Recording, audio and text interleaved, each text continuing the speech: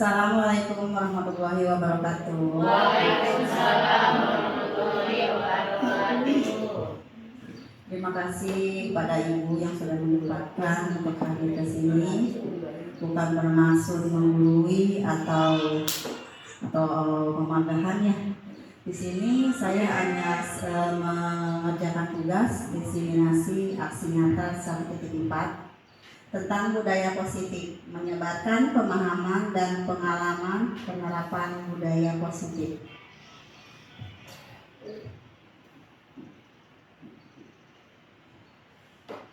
Apakah Anda setuju dengan pernyataan ini? Hukuman dapat mendisiplinkan anak. Pemberian hukuman dengan hal positif seperti membaca atau membersihkan halaman sekolah dapat meningkatkan disiplin anak. Memberikan penghargaan dapat meningkatkan motivasi belajar anak. Di bab 1.4 kita akan mempelajari tentang budaya positif. Topiknya disiplin positif dan nilai-nilai kebajikan universal. Teori motivasi, hukuman dan penghargaan, restitusi, keyakinan kelas, kebutuhan dasar manusia dan dunia berkualitas, restitusi 5 posisi kontrol, dan restitusi segitiga restitusi. Disiplin positif dan nilai-nilai kebajikan universal. Perubahan paradigma, kegiatan kepalan tangan. Ada 2 orang antara si A dan si B, teman sebangku ibu ya. Sobeklah secari kertas kecil, tuliskan benda atau sesuatu yang sangat berharga untuk Anda. Letakkan di salah satu tangan Anda dan genggam benda tersebut. Dengan segala daya upaya, buatlah sebuah kepalan. Bayangkan, ibu menuliskan satu benda berharga di secari kertas. Dan secari kertas itu ibu simpan di tangan, kemudian tangannya dikepalkan sekeras mungkin. Teman Anda, teman ibu yang duduk di sebelah, akan mencoba dengan sekuat tenaga dengan berbagai cara untuk meminta Anda memberikan benda tersebut. Si B ini bisa membujuk, mengancam, menghardik, merayu, menyuap bahkan agar dapat membuka kepalan Anda. Jadi kayak teman si B ini memaksa buat ingin tahu ada apa sih di tangan si A, isinya apa gitu. Kita kan kadang-kadang suka memaksa, mengancam, merayu, mau lihat di situ tuh ada apa gitu kan.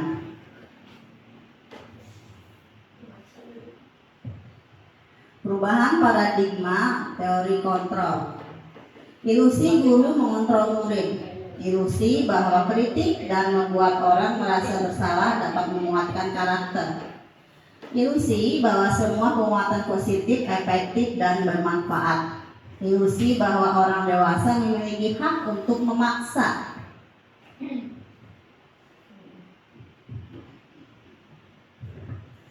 Perubahan paradigma, stimulus, respon, teori kontrol. Siapa sesungguhnya yang memiliki kontrol?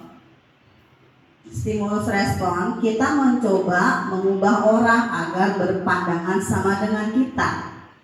Sedangkan teori kontrolnya, kita berusaha memahami pandangan orang lain tentang dunia. Perilaku baru dilihat sebagai suatu kesalahan. Perilaku buruk dilihat sebagai suatu kesalahan. Dan teori kontrolnya, semua perilaku memiliki tujuan. Orang lain bisa mengontrol saya. Hanya Anda yang bisa mengontrol diri Anda. Saya bisa mengontrol orang lain. Anda tidak bisa mengontrol orang lain. Pemaksaan ada pada saat rujukan gagal. Kolaborasi dan konsensus menciptakan pilihan-pilihan baru. Model berpikir menang atau kalah, teori kontrolnya model berpikir menang. Disiplin positif, teori kontrol, teori pilihan dari Dr. William Glasser. Anda tidak bisa mengontrol orang lain, hanya Anda yang bisa mengontrol diri Anda. Makna disiplin kontrol diri dengan menggali potensi kita agar tercapai tujuan mulia, yaitu sesuatu menjadi seseorang yang kita inginkan berdasarkan nilai-nilai yang kita hargai. Semua perilaku memiliki tujuan. Teori motivasi untuk menghindari hukuman, untuk mendapatkan imbalan, untuk menghargai diri sendiri. Model berpikir menang-menang, kolaborasi dan konsensus menciptakan pilihan-pilihan baru. Ada 5 posisi kontrol. Yang pertama itu sebagai penghukum, yang kedua pembuat rasa bersalah, yang ketiga sebagai teman, yang keempat sebagai pemantau, dan yang kelima sebagai manajer. Ada segitiga restitusi. Yang pertama itu menstabilkan identitas, validasi kebutuhan, dan menanyakan keyakinan. Realitas kebutuhan kita berbeda-beda. Kita berusaha memahami pandangan orang lain tentang dunia. Setiap orang memiliki gambaran berbeda. Ada 5 kebutuhan dasar hidup manusia. Yang pertama itu bertahan hidup. Yang kedua penguasaan. Dan yang ketiga kasih sayang, rasa diterima, kesenangan, dan kebebasan.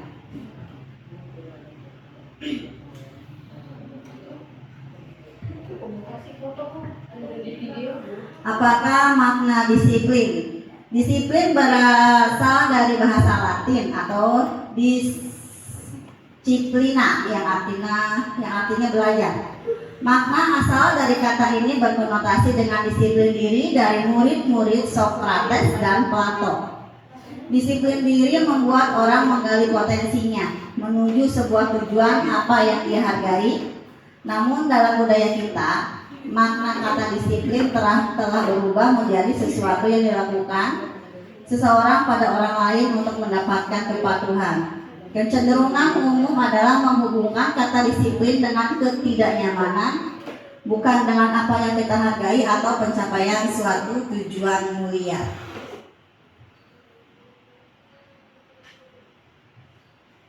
Nilai-nilai kebajikan universal. Nilai-nilai kebajikan adalah sifat-sifat positif manusia yang merupakan tujuan mulia yang ingin dicapai di setiap individu. Nilai-nilai tersebut bersifat universal dan lintas bahasa, suku kata, agama, maupun latar belakang. Setiap perilaku atau perbuatan memiliki suatu tujuan. Dengan mengaitkan nilai-nilai kebajikan yang diyakini seseorang, maka motivasi intrinsiknya akan terbangun, sehingga menggerakkan motivasi dari dalam untuk dapat mencapai tujuan mulia yang diinginkan, menurut Diane Gosen. Nilai-nilai kebajikan yang ingin dicapai oleh setiap anak Indonesia kita kenal dengan profil pelajar Pancasila. Beriman, bertakwa kepada Tuhan Yang Maha Esa dan berakhlak mulia, berkebinekaan global, bergotong royong, mandiri, kreatif, dan bernalar kritis. Teori motivasi, hukuman, dan penghargaan restitusi. Teori motivasi perilaku manusia. Di sini ada 3 teori, yaitu motivasi eksternal, motivasi eksternalnya ada 2, sama motivasi internal. Untuk menghindari ketidaknyamanan atau hukuman, apa yang akan terjadi apabila saya tidak melakukannya, itu termasuk motivasi eksternal karena ada motivasi dari luar ya. Untuk mendapatkan imbalan dari orang lain atau institusi, apa yang akan saya dapatkan apabila saya melakukannya, itu termasuk juga motivasi eksternal. Untuk menghargai diri sendiri, saya akan menjadi orang yang seperti apa bila saya melakukannya. Tujuan disiplin positif untuk dirinya sendiri. Merdeka menurut Ki Hajar Dewantara. Merdeka itu artinya tidak hanya terlepas dari perintah, tetapi juga cakap buat memerintahkan diri sendiri.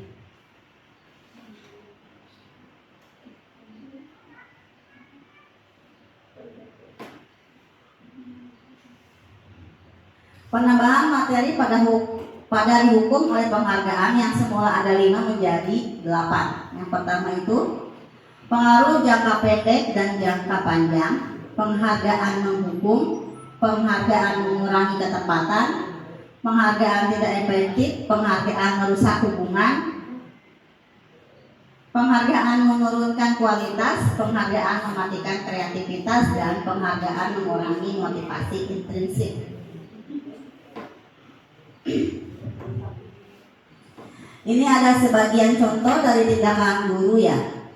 Mencatat 100 kali di dalam buku kalimat, saya tidak akan terlambat lagi karena terlambat sekolah. Itu termasuk hukuman ya. Karena sampai saat ini pun terkadang kita kalau ada siswa yang terlambat, kita selalu memberi hukuman ya. Lari mengelilingi lapangan basket 2 kali karena terlambat di sekolah, itu juga termasuk hukuman. Murid diminta untuk push up 15 kali karena tidak menggunakan masker ke sekolah, itu juga termasuk hukuman. Menggantikan kertas tugas teman yang telah dicoret-coret, itu termasuknya konsekuensi. Kita dianjurkan untuk memberikan konsekuensi terhadap tingkah laku murid kita di kelas ya. Membersihkan tumpahan air di meja tulis karena tersenggol pada saat belajar, itu termasuk konsekuensi. Murid disuruh untuk tidak mengenakan sepatu seharian di sekolah karena tidak mengenakan sepatu hitam, itu termasuk hukuman. Lari mengelilingi lapangan basket 2 kali karena terlambat 10 menit untuk pelajaran PJOK, itu termasuk hukuman karena diperbolehkan pada saat PJOK, kecuali kita pada saat pembelajaran biasa ternyata si anak tuh dikasih hukuman mengelilingi lapangan, itu sangat tidak dianjurkan. Perbedaan hukuman dan konsekuensi. Hukuman sesuatu yang menyakitkan harus terjadi. Konsekuensi sesuatu harus terjadi. Membuat anak sakit fisik maupun hati untuk jangka waktu yang lama. Konsekuensinya membuat anak merasa tidak nyaman dalam jangka waktu pendek. Anak membenci kedisiplinan. Anak menghargai disiplin. Hukuman itu termasuk paksaan. Kalau konsekuensi, stimulus tanggapan. Mendorong anak menyakiti diri sendiri. Konsekuensinya mendorong anak agar mudah menyesuaikan diri. Konsep diri yang buruk, konsekuensi itu konsep diri yang baik. Anak belajar untuk menyembunyikan kesalahan. Anak belajar untuk mematuhi peraturan. Marah, rasa bersalah, dipermalukan, merasa tak dihargai. Konsekuensinya itu kehilangan hak, dibuat tidak nyaman, diasingkan untuk sementara. Apa itu restitusi? Restitusi adalah proses menciptakan kondisi bagi murid untuk memperbaiki kesalahan mereka, sehingga mereka bisa kembali pada kelompok mereka dengan karakter yang lebih kuat. Restitusi juga merupakan proses kolaboratif yang mengajarkan murid untuk mencari solusi untuk masalah mereka, dan murid berpikir tentang orang seperti apa yang mereka ingin menjadi, tujuan mulia, dan bagaimana mereka harus memperlakukan orang lain. 9 ciri-ciri restitusi. Yang pertama, bukan untuk menembus kesalahan, namun untuk belajar dari kesalahan. Yang kedua, memperbaiki hubungan. Yang ketiga, tawaran bukan paksaan. Yang keempat, restitusi menuntun untuk melihat ke dalam diri. Yang kelima, restitusi mencari kebutuhan dasar yang mendasari tindakan. Yang keenam, restitusi diri adalah cara yang paling baik. Dan yang ketujuh, restitusi fokus pada karakter bukan tindakan. Yang kedelapan, restitusi fokus pada solusi. Dan yang terakhir, restitusi mengembalikan murid yang berbuat salah pada kelompoknya.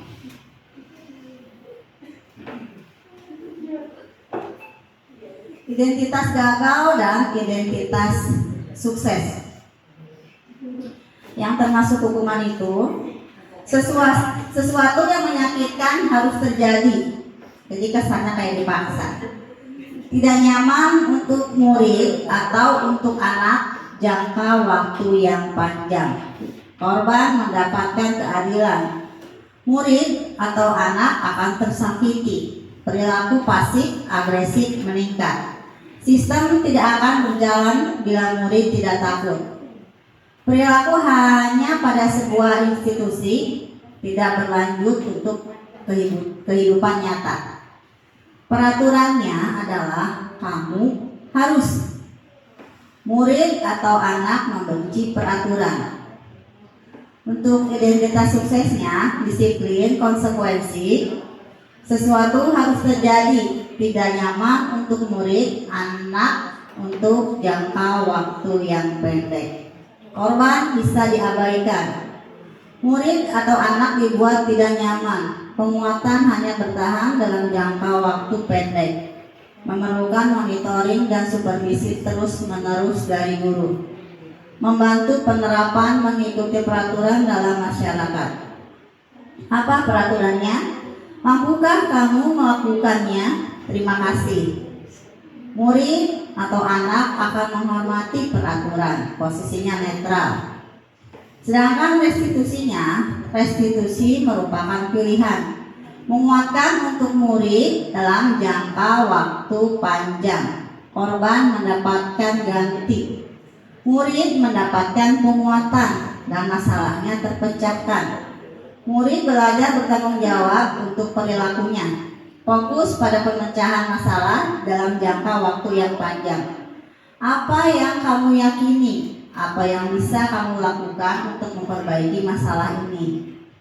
Murid menghormati dirinya dan orang lain, termasuk tindakan yang positif.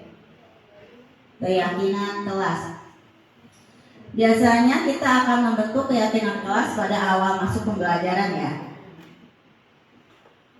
Mengapa tidak peraturan saja? Mengapa harus keyakinan kelas? Sebagai contohnya, mengapa kita memiliki peraturan harus menggunakan helm bila mengendarai kendaraan roda 2? Mengapa kita memiliki peraturan 3M, menggunakan masker, mencuci tangan, dan menjaga jarak 1,5 meter? Untuk mendukung motivasi intrinsik, kembali ke nilai-nilai keyakinan lebih menggerakkan seseorang dibanding mengikuti serangkaian peraturan-peraturan. Mengapa keyakinan? Karena keyakinan merupakan nilai-nilai kebajikan, prinsip-prinsip universal yang disepakati bersama secara universal, lepas dari latar belakang suku, negara, maupun agama. Keyakinan akan lebih memotivasi seseorang dari dalam atau memotivasi secara intrinsik. Seseorang akan lebih tergerak dan bersemangat untuk menjalankan keyakinannya daripada hanya sekadar mengikuti serangkaian peraturan. Ciri-ciri keyakinan sekolah atau keyakinan kelas. Keyakinan kelas bersifat lebih abstrak daripada peraturan yang lebih rinci dan konkret. Keyakinan kelas berupa pernyataan-pernyataan universal. Keyakinan kelas senantiasa dibuat dalam bentuk positif. Keyakinan kelas hendaknya tidak terlalu banyak sehingga mudah diingat dan dipahami oleh semua warga kelas. Keyakinan kelas sebaiknya sesuatu yang dapat diterapkan di lingkungan tersebut. Semua warga kelas hendaknya ikut berkontribusi dalam pembuatan keyakinan kelas lewat kegiatan curah pendapat. Bersedia meninjau kembali keyakinan kelas dari waktu ke waktu.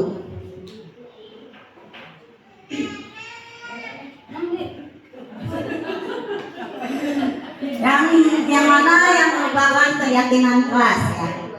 Di sini ada kesepakatan kelas datang tepat waktu, mengucapkan salam, menjaga kebersihan sekolah, berdoa dan sesudah kegiatan, sebelum dan sesudah kegiatan, aktif dalam pembelajaran dan tertib. Kesepakatan kelasnya, kami guru dan murid yang saling menyayangi. Kami murid yang semangat belajar. Kami murid yang peduli dengan teman-teman. Contoh peraturan kelas dan keyakinan kelas. Kalau peraturan itu selalu kembalikan buku ke tempatnya, itu termasuk tanggung jawab ya di keyakinan kelasnya. Dilarang mengganggu orang lain. Nah, keyakinan kelasnya itu menghormati orang lain. Hadir di sekolah 15 menit sebelum pembelajaran dimulai. Dan keyakinan kelasnya menghormati orang lain dan berkomitmen. Dilarang melakukan kekerasan, keyakinan kelasnya keselamatan, menghormati orang lain. Dilarang menggunakan narkoba, keyakinan kelasnya kesehatan. Bergantian atau menunggu giliran, keyakinan kelasnya menghormati orang lain dan bersabar. Gunakan masker, keyakinan kelasnya kesehatan, keselamatan. Jangan berlari di kelas atau di koridor, dan keyakinan kelasnya keselamatan dan keamanan. Kebutuhan dasar manusia dan dunia berkualitas. Di sini ada 5 kebutuhan dasar manusia. Yang pertama itu kasih sayang dan rasa diterima. Yang kedua penguasaan. Yang ketiga kebebasan. Yang keempat kesenangan. Dan yang kelima bertahan hidup. Kebutuhan bertahan hidup atau survival adalah kebutuhan yang bersifat fisiologis untuk bertahan hidup, misalnya kesehatan, rumah, dan makanan. Kebutuhan biologi sebagai bagian dari proses reproduksi termasuk kebutuhan untuk tetap bertahan hidup. Komponen psikologis pada kebutuhan ini meliputi kebutuhan akan perasaan aman, kasih sayang dan rasa diterima, kebutuhan untuk diterima.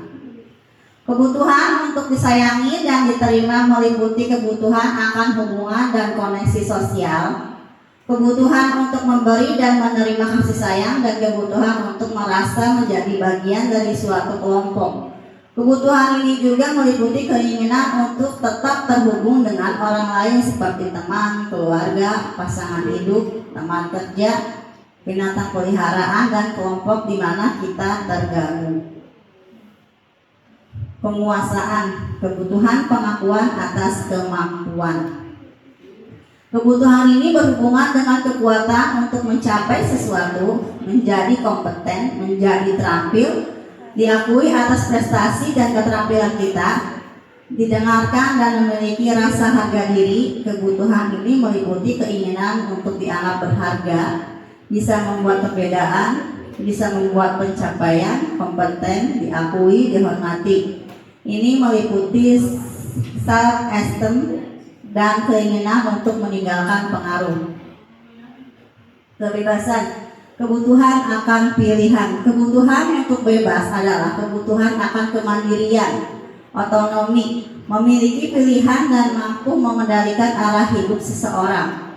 Anak-anak dengan kebutuhan kebebasan yang tinggi menginginkan pilihan. Mereka perlu banyak bergerak, suka mencoba-coba, tidak terpengaruh orang lain, dan senang mencoba hal yang baru dan menarik. Kesenangan, kebutuhan untuk merasa senang. Kebutuhan akan kesenangan adalah kebutuhan untuk mencari kesenangan, bermain, dan tertawa. Bayangkan apabila hidup tanpa kenikmatan apapun, betapa menyedihkan, bukan? Gleiser menghubungkan kebutuhan akan kesenangan dengan belajar. Semua hewan dengan tingkat intelijensi tinggi, misalnya ada anjing, lumba-lumba, primata, dan lain-lainnya, bermain. Saat mereka bermain, mereka mempelajari keterampilan hidup yang penting. Manusia juga tidak berbeda.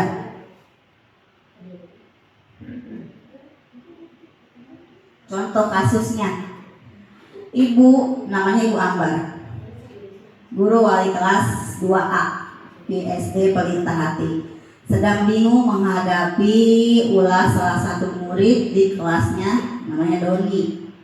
Beberapa anak di kelas telah datang padanya dan mengeluhkan Doni yang seringkali meminta bekal makan siang mereka dengan paksa. Jika Anda menghadapi situasi seperti Ibu Ambar, apa yang akan Anda lakukan? Menurut Anda, kira-kira apa alasan Doni melakukan hal itu? Di sini ada 5 posisi kontrol. Ibu akan menyaksikan sebuah video, kita akan simak. Ibu termasuk contohnya guru seperti apa?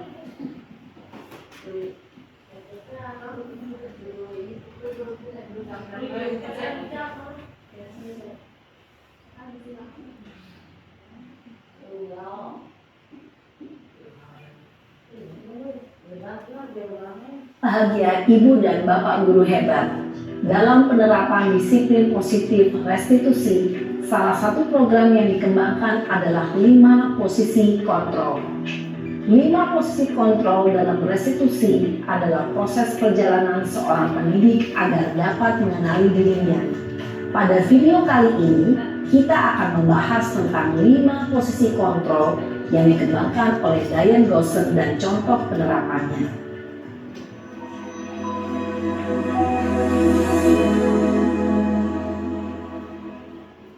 5 posisi kontrol itu adalah 1. Posisi penghukum, 2. Posisi pembuat merasa bersalah, 3.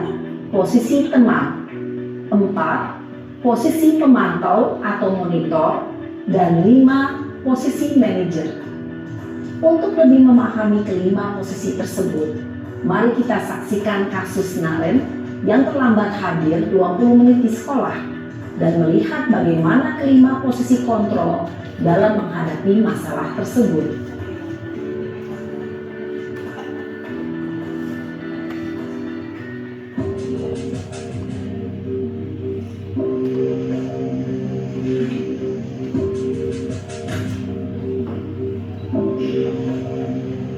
Naren!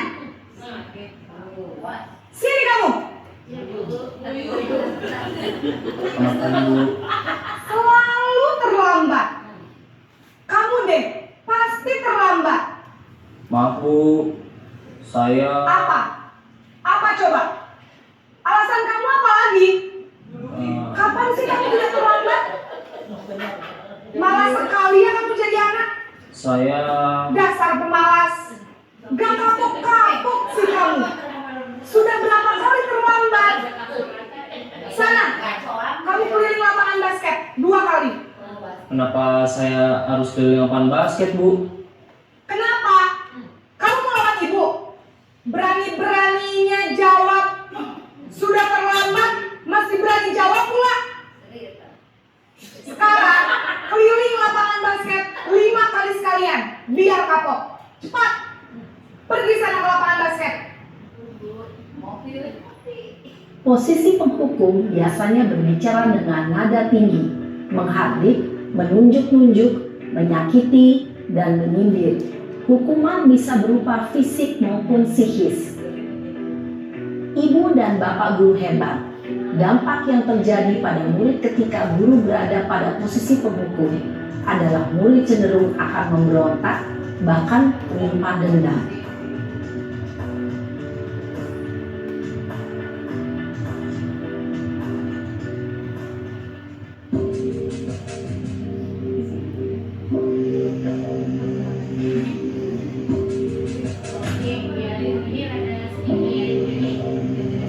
Naren!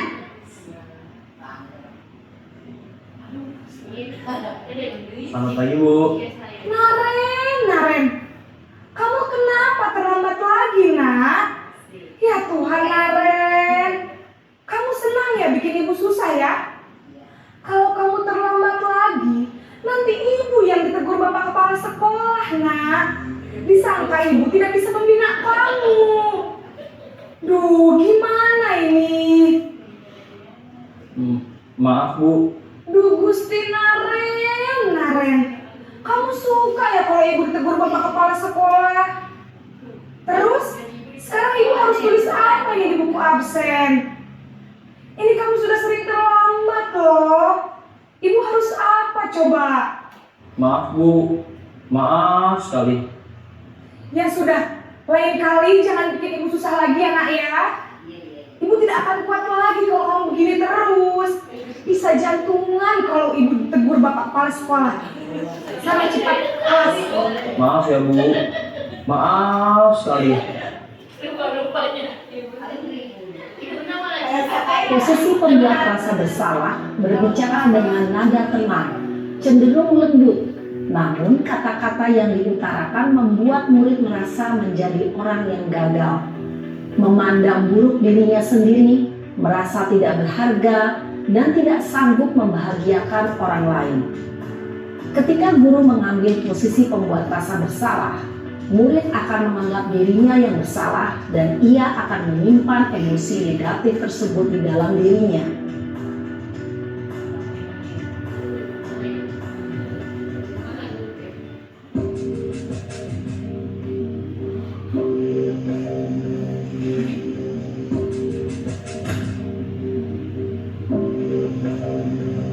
Naren,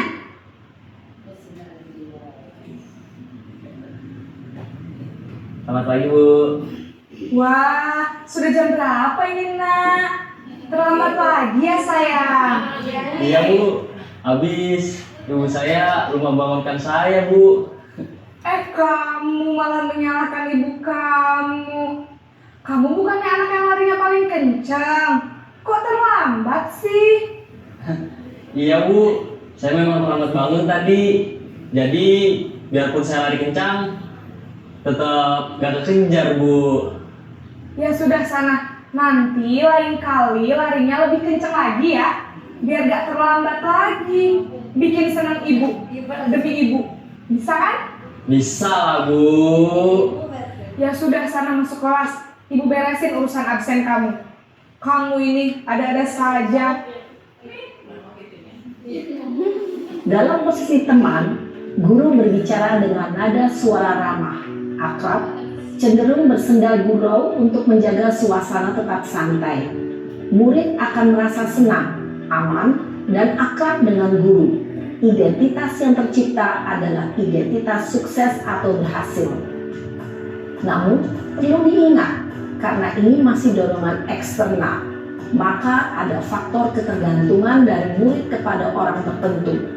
Di sini guru absennya, sehingga di lain waktu murid bisa berperilaku baik, namun hanya kepada orang-orang tertentu saja.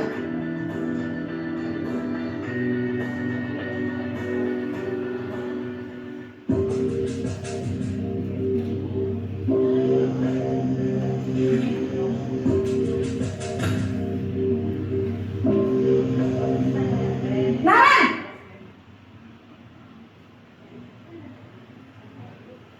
Selamat pagi Bu. Naren, apa peraturan sekolah kita tentang jam berapa kita harus masuk sekolah, nak? Kita harus di sekolah jam 7 Bu. Iya betul, sekarang sudah jam 7.20. Naren sudah tahu konsekuensinya jika terlambat hadir.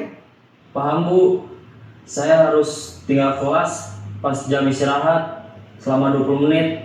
Iya benar, konsekuensinya demikian. Jadi nanti jam 9.30 pas istirahat, kamu harus tinggal di kelas, kerjakan tugas tambahan untuk ketertinggalan kamu, ya? Baik Bu.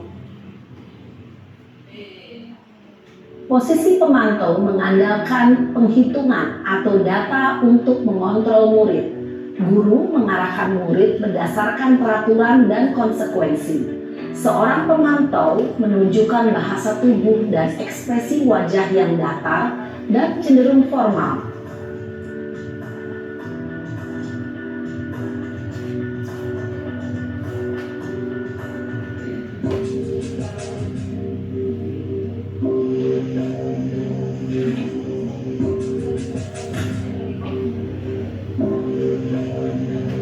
Naren!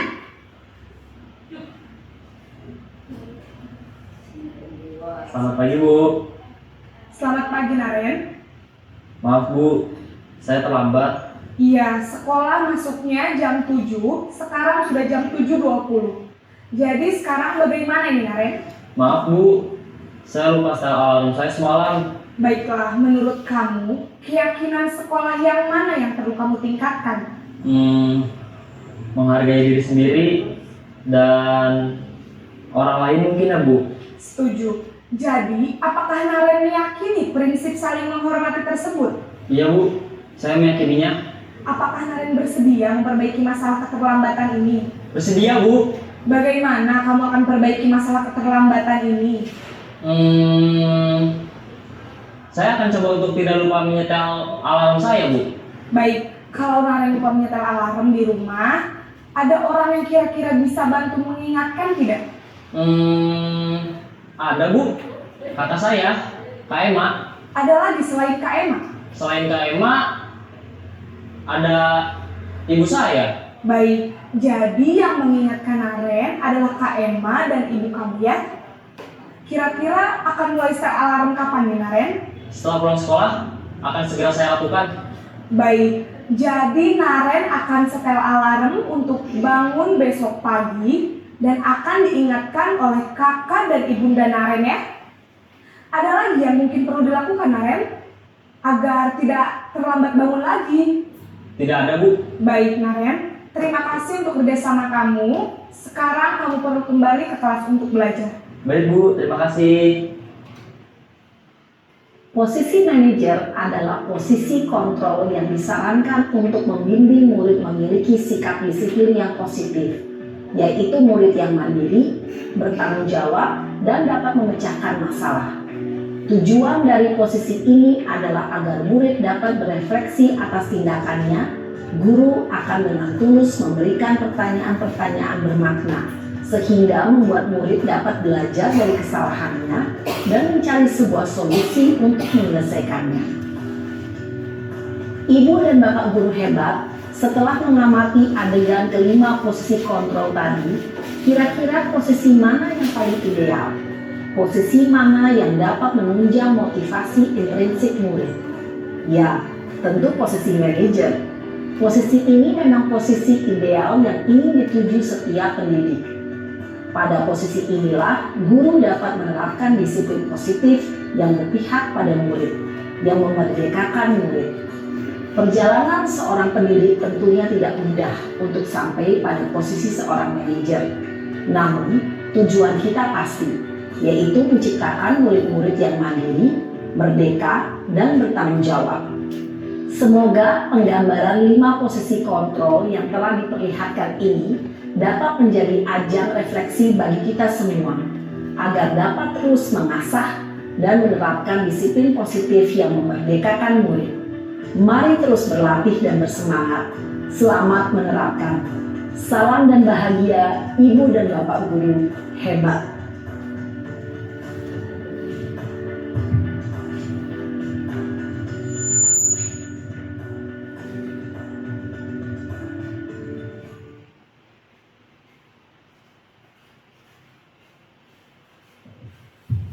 Ya, tadi ada 5 posisi kontrol.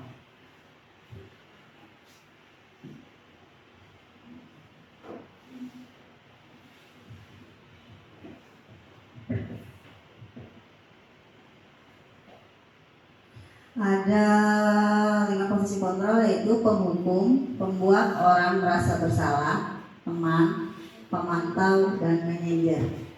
Menurut ibu sekalian, kira-kira ibu berada di posisi yang mana? 2, pembuat merasa bersalah. Atau di posisi penghukum? Ada. Gimana anak? Gimana ini? Anaknya kuat jawabnya.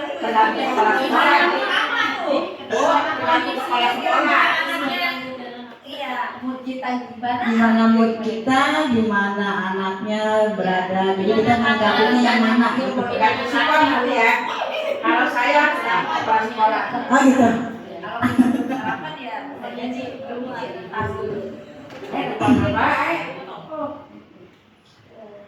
Pernyataannya itu saya kecewa sekali dengan kamu itu termasuk posisi kontrol pembuat orang merasa bersalah. Ngomongnya lembut tapi mengena gitu, tajam. Kamu tidak pernah benar melakukannya, itu termasuk menghukum. Kemudian menghukum pada disentakan ya. Ayolah, lakukan demi ibu, demi bapak. Itu termasuk posisi kontrol sebagai teman yang agak-agak merayu-merayu dikit ya. Apakah kamu mau mendapatkan stiker bintang hari ini? Itu termasuk posisi pemantau. Bagaimana kamu bisa menyelesaikan masalah ini? Itu termasuk manajer. Ya. Kamu selalu yang paling terakhir, itu termasuknya ke posisi kontrol seorang penghukum. Bergerak antara peraturan pemantau konsekuensi hadiah itu harus bergerak di antara nilai-nilai manajer dan memperbaikinya. Segitiga restitusi. Ada 3 segitiga restitusi. Yang pertama itu menstabilkan identitas. Setiap orang pasti pernah melakukan kesalahan. Contohnya, kamu bukan satu-satunya orang yang pernah melakukan ini. Validasi kebutuhan itu contohnya, kamu tentu punya alasan mengapa melakukan ini, atau ada cara yang lebih efektif untuk mendapatkan apa yang kamu butuhkan. Dan yang ketiga itu menanyakan keyakinan. Nilai-nilai apa yang telah kita sepakati? Kamu ingin menjadi orang seperti apa? Menstabilkan identitas. Contohnya guru berkata itu, contohnya berbuat salah itu hal yang manusiawi. Tidak ada manusia yang sempurna. Bapak, ibu juga pernah berbuat salah. Kita pasti bisa menyelesaikan permasalahan ini. Bapak ibu tidak tertarik untuk mencari tahu siapa yang benar, siapa yang salah. Bapak ibu lebih tertarik untuk menyelesaikan masalah ini. Kalau kamu menyalahkan dirimu sendiri terus menerus, apakah kamu bersikap baik pada dirimu sendiri? Yang kedua, validasi kebutuhan. Contohnya itu, kamu bisa saja melakukan hal yang lebih buruk, tapi kamu tidak melakukannya kan? Kamu pasti punya alasan mengapa melakukannya. Apa yang penting bagi kamu? Kamu boleh tetap berusaha menjaga sikap itu, tapi tambahkan sikap yang lain, yang baru. Maukah kamu belajar cara lain untuk mendapatkan apa yang kamu butuhkan tanpa harus memukul? Apa kamu bisa melakukan dengan lebih baik esok lagi? Yang ketiga, menanyakan keyakinan. Apa nilai yang kita percaya di kelas atau di sekolah kita? Nilai-nilai universal apa yang kita sepakati? Kelas yang ideal itu seperti apa sih? Kamu ingin menjadi anak seperti apa? Apa yang kamu rasakan ketika kamu melakukan itu? Kamu menjadi orang yang seperti apa?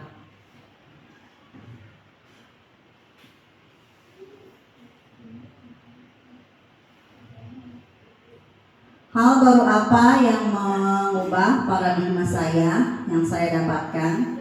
Perasaan apa yang muncul selama mengikuti sesi ini, khususnya mengenai makna disiplin dan motivasi intrinsik? Peran Among seperti apakah yang telah saya lakukan selama mengikuti modul ini? Saya akan menjadi Among yang seperti apakah setelah mengikuti modul ini? Ya, pada modul 1.4 itu saya belajar tentang caranya membuat keyakinan kelas. Keyakinan kelas dibuat tidak diperbolehkan mengandung ada kata-kata tidak dilarang. Pokoknya keyakinan kelas itu dibikin dengan kata-kata yang positif, tidak boleh mengandung unsur-unsur yang negatif. Terus yang saya geluti itu waktu pas kemarin Pak Karya ada bermain peran tentang segitiga restitusi. Di saat si anak membuat masalah, kita harus sebagai apa?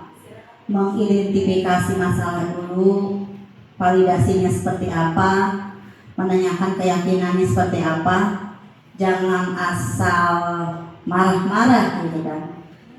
Jadi pokoknya mah intinya ini pelajaran bukan buat ibu-ibu sekalian, tapi emang buat saya pribadi aja ya. itu sangat-sangat bermakna sekali gitu. Dimana posisinya harus mengontrol emosi menghadapi mereka yang luar biasa gitu kan. Jadi stop marah-marah.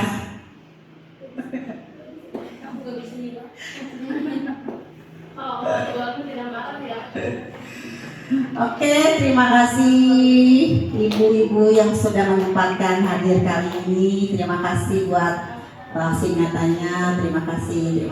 Wassalamualaikum warahmatullahi wabarakatuh. Waalaikumsalam.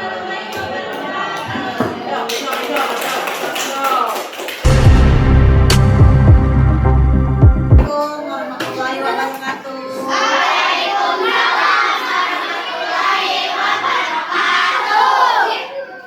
Dan dulu ya. Hari ini kita akan membuat keyakinan kelas. Waktu awal pertemuan kita udah berperaturan ya. Sekarang kita akan buat keyakinan kelas. Apa saja yang boleh di kelas ini atau yang tidak boleh, misalnya tidak boleh makan di dalam kelas ya. Nanti ibu akan membagikan ini ya per meja 1. Silakan kamu berunding sama temannya. Kira-kira keyakinan kelas apa yang menurut kamu harus ada di kelas ini? Ya. Setelah itu nanti kamu tempel di sana. Ya.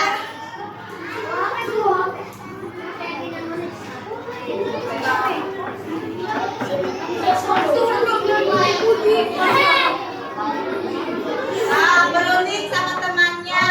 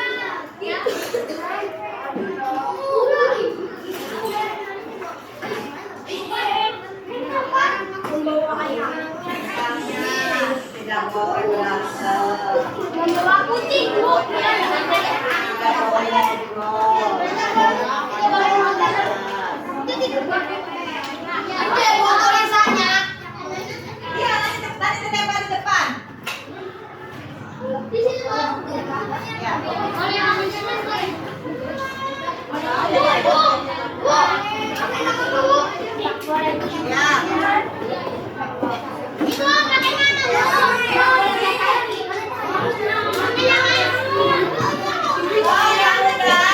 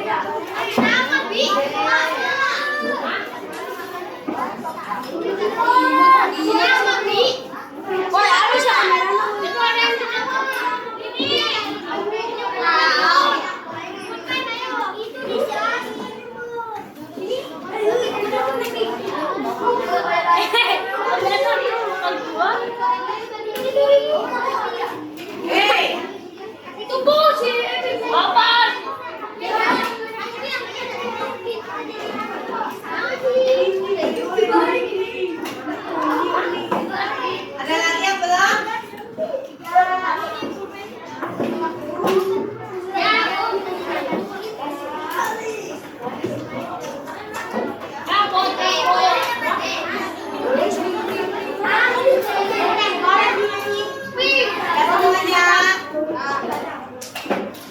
semuanya.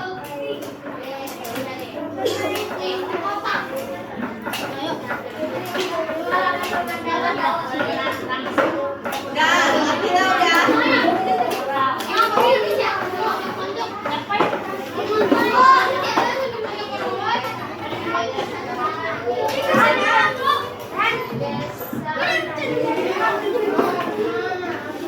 semua. Udah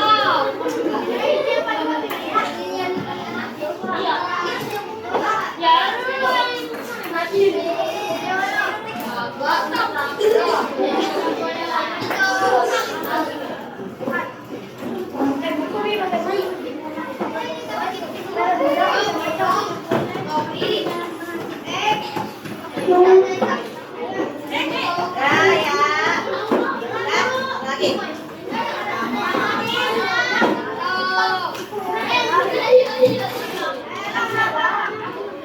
Keyakinan kelas ini menurut kalian. Duduk dulu, udah.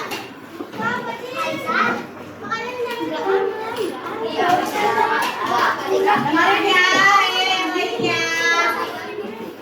Tidak boleh membawa HP, tidak boleh berantem, tidak boleh mencolek, tidak boleh makan di dalam kelas, tidak boleh membuli, tidak mengejek orang tua dan jangan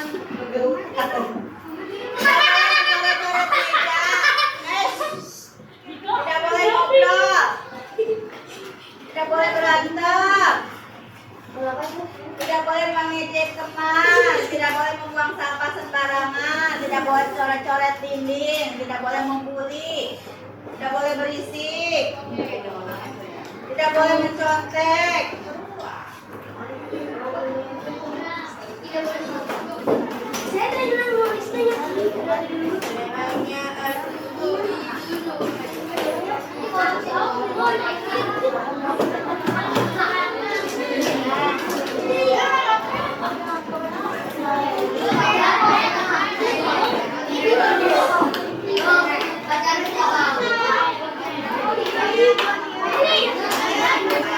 Thank you.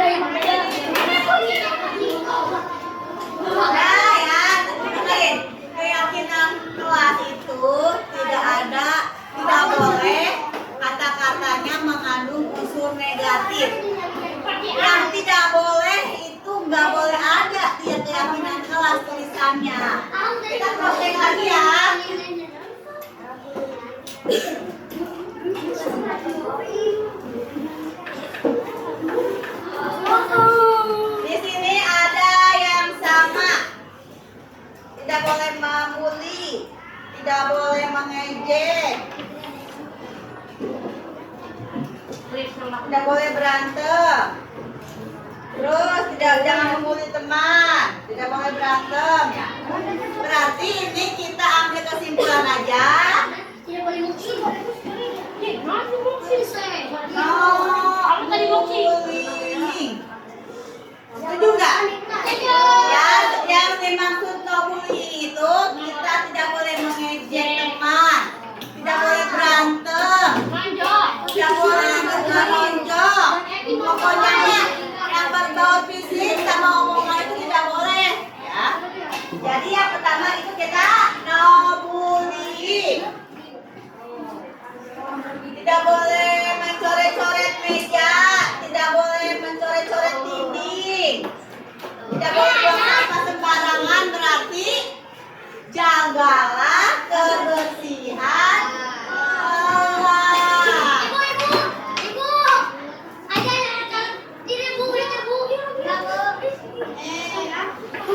Jadi kita tidak boleh mencoret-coret tembok, meja, kursi, ya. Buanglah sampah pada tempatnya. Sampah apapun itu kita harus buangnya ke tempat sampah. Jadi kita harus menjaga kebersihan kelas kita. Setuju ya?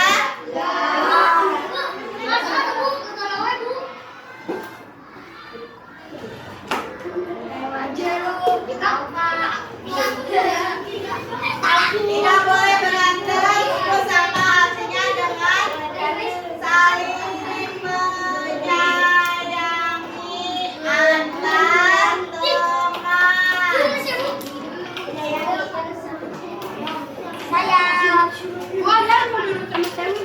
Jadi kita itu sesama teman di kelas, kita harus saling menyayangi.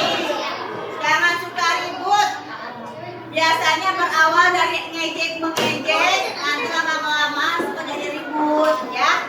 Paham ya? Tidak boleh ngobrol, tidak boleh mencontek, tidak boleh berisik. Berarti apa?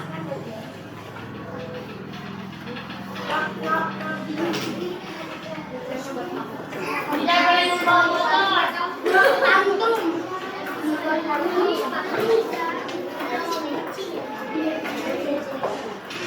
Jaga nama sekolah. Ya gitu kan ada orang. Tata tertib. Masih bikin kayak kelas.